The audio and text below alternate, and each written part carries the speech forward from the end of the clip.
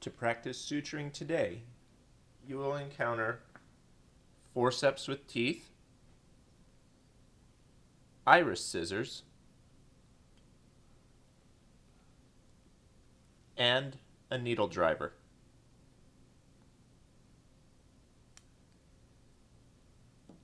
You'll also be able to practice using a punch biopsy to take a biopsy of a skin lesion. Go ahead and begin by opening your suture pad so that you can see the skin and material you'll be working with. This particular skin layer has layers, including the epidermis, dermal layers, and a deep muscle layer. There should already be small lacerations included on your skin layer. You can use these to practice closure.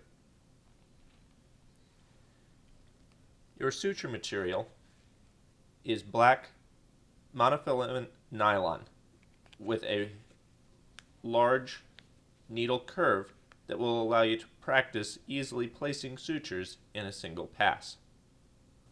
Correct operation of the iris scissors, needle drivers, or other instruments is to place your fourth finger through the ring.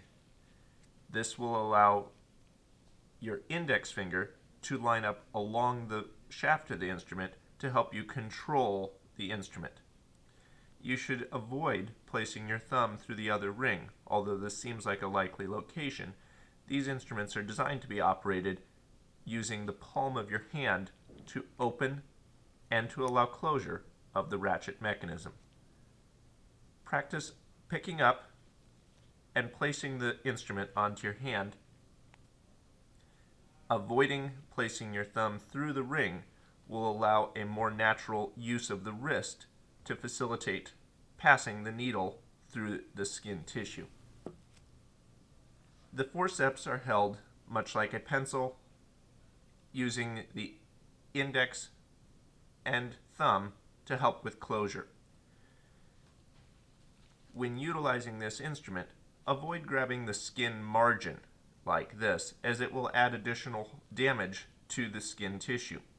Instead, these should be used only to grab tissues inside of the laceration, and again, avoid grabbing the tissue itself. The iris scissors will be held in a similar manner, placing the fourth finger through one side of the ring, and in this case, the thumb will operate the other. This again allows the index finger to be placed along the shaft of the instrument to help control the placement and operation of it. Practice opening the suture using the techniques from the sterile field area onto your workspace.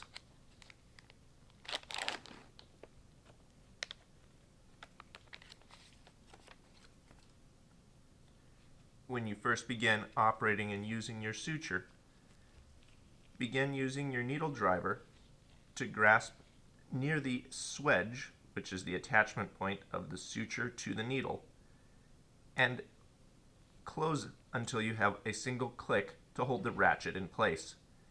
You may begin now extracting by simply pulling straight up on the suture material, and it will unwind from the casing.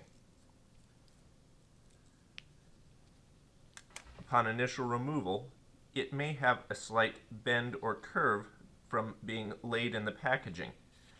Apply a small amount of tension or pressure to help remove this curve.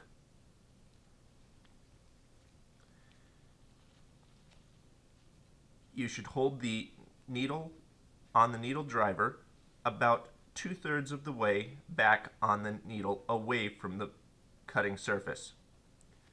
Again, place the fourth finger through the needle driver ring and use your thumb and palm to allow for passing the needle through the tissue. Enter 90 degrees to the skin and follow the curve of the needle using your wrist to help facilitate placement. Try making the pass in a single motion if possible. Once you reach the limit of your pass, release using the palm of your hand to release the ratcheting mechanism and move your needle driver forward, grasping lightly, careful not to crimp the needle tip, and again follow the curve to help pull it all the way through. Once through, you may advance the suture until you have gotten close to the edge, leaving only a small amount available, as this is all that's needed to complete your tie. Place your needle driver between the two ends, making sure you have a large amount of slack here to facilitate wrapping more easily. Wrap twice to begin. This is the surgeon's knot to begin. Notice again, I have a large amount of free space from the long suture lead that will allow me to grab the free end of the suture. Once I've grasped this, I can pull through and, crossing my hands, pull until the suture lays flat. Pull tight just until the skin indents, and then turn 90 degrees to help increase the friction for the next knot. Place the needle driver between the two ends again, wrapping once, and then grabbing the very tip of the free end and pulling back through, tightening down until the knot lays flat. Repeat this process, making large loops so that you have lots of movement with your needle driver, to begin grabbing the free end again and pull back through until you've laid down at least 3 or 4 knots. Once you become proficient, it should look like this.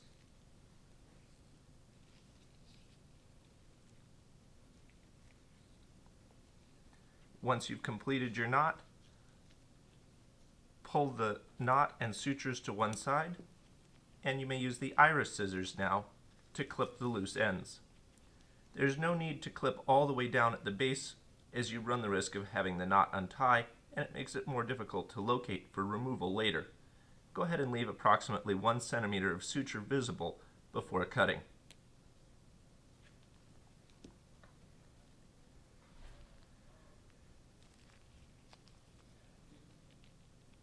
Use the needle drivers to again pick up the suture approximately 2/3 to 3/4 of the way back along the needle surface towards the swedge, which again is the attachment point of the suture to the needle. Push until the ratchet latches, and then you may remove your thumb to facilitate placement of your next suture.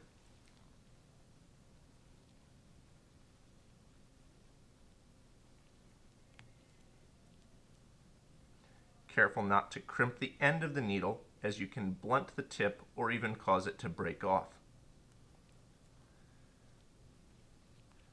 Once you've pulled through, continue advancing until only a small tail remains. This will allow you to tie your knot more easily. A common problem encountered with placement of suture is having too little slack when trying to do your wrap. This makes it very difficult to get to the end of the suture to grab on. Make it easy on yourself. Leave a large amount of suture material so that you can move your needle driver around more easily to grab the end for placement. If you are not careful and leave a large amount of suture material on the free end, when you attempt to tie your knot, even if you have a large area, it will be more difficult to grab an end that is floating around like this. Even so, be sure to grab the tip and not the middle of the suture. If you grab the middle of the suture and attempt to pull through, you will end up with a loop that needs to be corrected before you can finish your tie. See this loop that is formed? That can be avoided by instead grabbing the tip of the suture rather than the middle. Grabbing the tip of the suture, even with a long end, can allow you to pull the suture down, avoiding that loop. Turn 90 degrees to increase the friction to allow the suture to stay down before tying your next knot. Place the needle driver between the two ends and wrap, keeping it there. Notice how this was performed here to allow me to grab the free end and complete the second knot. Another common problem is placing the needle driver between the two ends, but then wrapping in reverse. Notice that it's no longer between the two ends when I wrap in this manner. Place between the two ends and wrap, keeping it in that location. That will allow you, even without having to think, to easily place oppositely facing knots so that you always end up with square knots laying down quickly and smoothly. Again, when complete, cut your suture, leaving about 1 centimeter remaining on either side. To practice biopsying a skin lesion, take the skin biopsy punch and open it using sterile technique onto your field.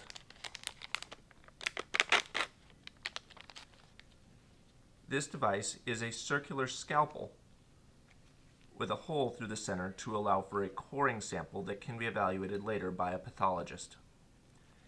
Ensure that you get a sample of your skin lesion that includes both normal and lesion in the same biopsy sample. The margin of the lesion is the easiest way to perform this. Place your biopsy tool on that edge, and with a slight twist and downward pressure, advance until you feel the tool sink in and remove the core that you have created. If it is not included inside of your skin biopsy tool, you may need forceps to extract the cut sample from the tissue. Take this removed core and send it to pathology for further evaluation. Please practice operating with the instruments, placing sutures, and cutting the suture. Be careful to avoid using your finger as you pass the suture through to prevent needle stick injuries. When advancing the suture through the skin, if you feel as though you're having difficulty getting it to pass completely, use the forceps not to grasp the skin, but as a pressure point to allow you something to push against. This will prevent accidental needle stick injuries as you advance a needle through the skin.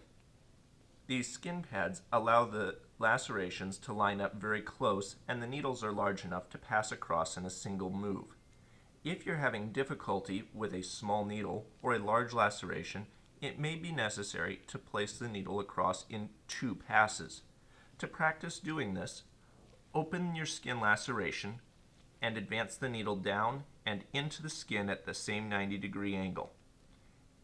Exit in the middle of the wound, passing all the way through, and remove the needle as though you had completed your entire pass.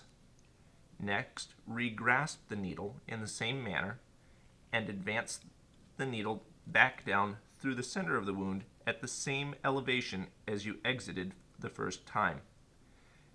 Pass through again until you've completed the traversing the wound, pulling out and completing your suture in the same manner as before. If you have a small needle or an extra wide or gaping wound, this may allow closure that would have not been possible with a single pass. Wrap twice as always, grasp the free end, pulling through, crossing your hands to lay flat, turn 90 degrees to increase the friction so it doesn't untie, and continue tying in the manner you're used to.